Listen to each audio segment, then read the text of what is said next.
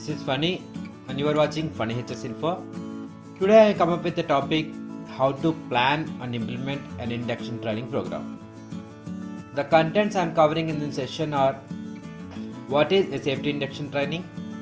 What are the types of induction training? Why have an induction training program? What happens when you don't do a safety induction? Who to involve? Whom to give induction training? What to include in an induction training program?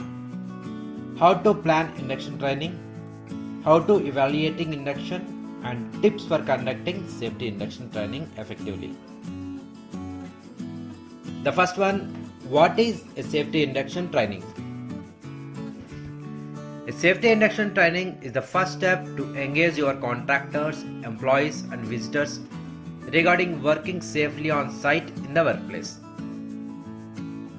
The safety induction will provide the groundwork and foundation for working safely in an organization, protecting both employees and their co-workers. Safety induction can be a major resource for helping prevent an injury or accident from happening in the workplace. It is a direct tool for bringing awareness of safety issues and procedures to all types of workers, from regular employees, contractors or even visitors. Mainly, there are 4 types of induction trainings to be conducted at workplace. First one, contractor safety induction training. Second one, on-roll employees or regular employees induction training. Third one, job specific induction training, and fourth one, re-induction training. When coming to the point why you have to conduct induction training program. Even though newcomers will be anxious, they will also be feeling enthusiastic and motivated to do a good job.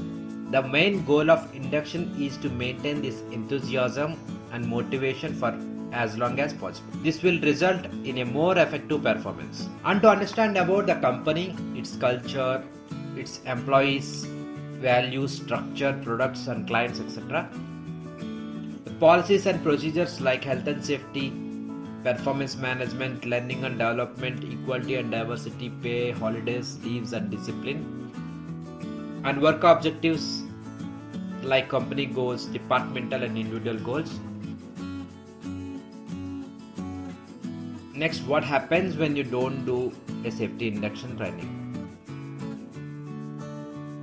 For any site, projects or workplace, when you skip this important stage of engaging new staff members, suppliers, contractors, visitors, the results can be catastrophic, which means increased risk of injury or even death,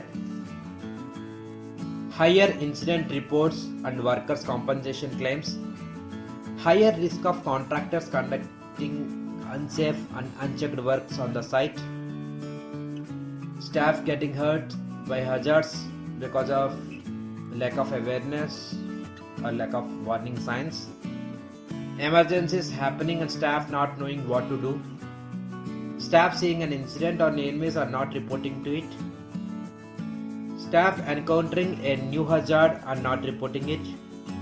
These are the main problems when you will not conduct an induction training program at the site. Who to involve to conduct an induction training program? First one, organizing team. The common mistake with induction training program is to leave it all to one person to organize. This puts a lot of pressure on that individual and maybe reduce the effectiveness of program. It is advisable to involve as many people as you can in this process by splitting the responsibilities and making it more interesting. The important people to involve are HR or the person responsible for those issues, IT, the person responsible for IT, safety representative and line managers. And whom to give the induction training program? First of all, we have to conduct induction training program for newcomers.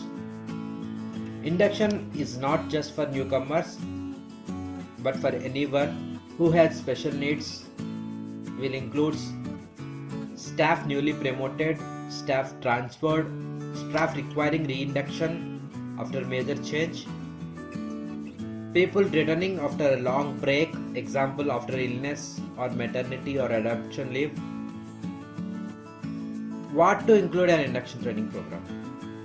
A good induction should present you with a twin for your newcomer by telling them about their work, welcoming them to their new job, integrating them into the culture of the company, and navigating them around the company both physically and strategically. The induction training can set out the most important process to follow, such as safety procedures for working at heights, confined spaces, understanding and awareness of specific hazards, electrical safety, fire safety, and how to report an incidents, access controls, restricted areas, and emergency response procedures, etc. Next one, how to plan an induction training. Planning induction training for contractors and regular employees as shown in this table. First of all, we have to set a timetable or time period for conducting this induction training program, like shown in this table. 9 to 9:30 registration and issue handouts. 9:30 to 10 o'clock induction by HR team. 10 to 10:30 company profiles, aims, objectives, etc. by HR team. And 10:30 to 10:40 a short break at tea time. From 10:40 to 11:40 HSE topics, talking using slides, videos, etc. And 11:40 to 12 o'clock vision evaluation. And planning for job specific trainings, the minimum time period for this job induction training, job specific training or job specific training, 5 days. Day 1, introduction about team and senior management by line manager. Day 2, products or machinery manufacturers are used by line manager. Documentation and shift responsibilities, shift in charge. Workplace visiting by co-workers. And 5th day, same as above, vision evaluation by line manager. Then evaluating induction training program. The evaluation of the actual induction should check that the newcomers have understood the company structure, products or service, client and culture. Know what the action to take in various situations like fight, taking holidays, being apprised. Have understood their roles and responsibility, how these fit with company aims. Have received relevant training and development and are utilizing this. And took feedback from inductees through quiz or questionnaire to evaluate how they understand the policies, procedures. And finally, the tips for conducting safety induction training effectively. Set aside some time to do the induction. It may be done individually or with a new group of workers before reporting to the work. Find a good location away from the noise and distraction. Don't rush it to try to spin it out, set an even pace. Make eye contact, ensure that everyone can hear you. Grab attention early on. Keep it simple. Be careful to ensure the messages you are sending are understood by the participants. Explain employees' work requirements and safety directions.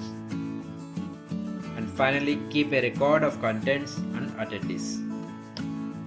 This is about the plan and implementation of safety induction training program.